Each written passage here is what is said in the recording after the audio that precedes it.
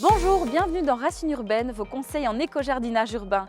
Bonjour Léopold. Bonjour Johanna. Alors, de quoi allons-nous parler aujourd'hui? Aujourd'hui, on va parler du bokashi. Le bokashi est un système non pas de compostage, mais de fermentation. Et quelle est la différence? La différence, c'est qu'un travaille en aérobie, le compostage, tandis que celui-ci, nous travaillons en anaérobie, donc sans oxygène.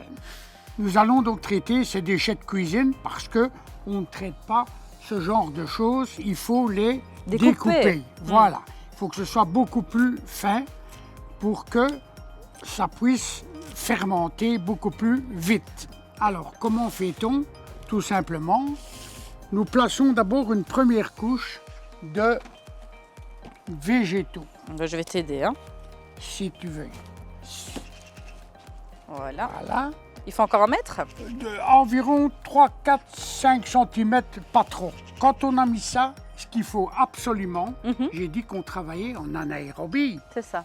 Donc il faut absolument bien presser les matières pour éliminer le maximum d'air. Ouais. Maintenant, nous allons ajouter des micro-organismes bénéfiques.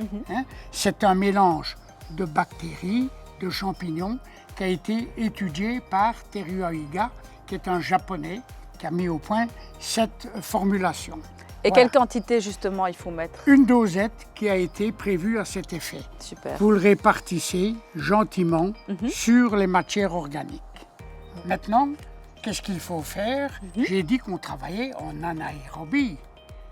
Mais tu te rends compte que le seau, il y a une très grande surface d'air. Exactement. Alors, pour éviter cela, je place ici, ça peut être une gazette, ça peut être comme ici un plastique, je le place dessus pour éviter le contact entre l'air et le substrat.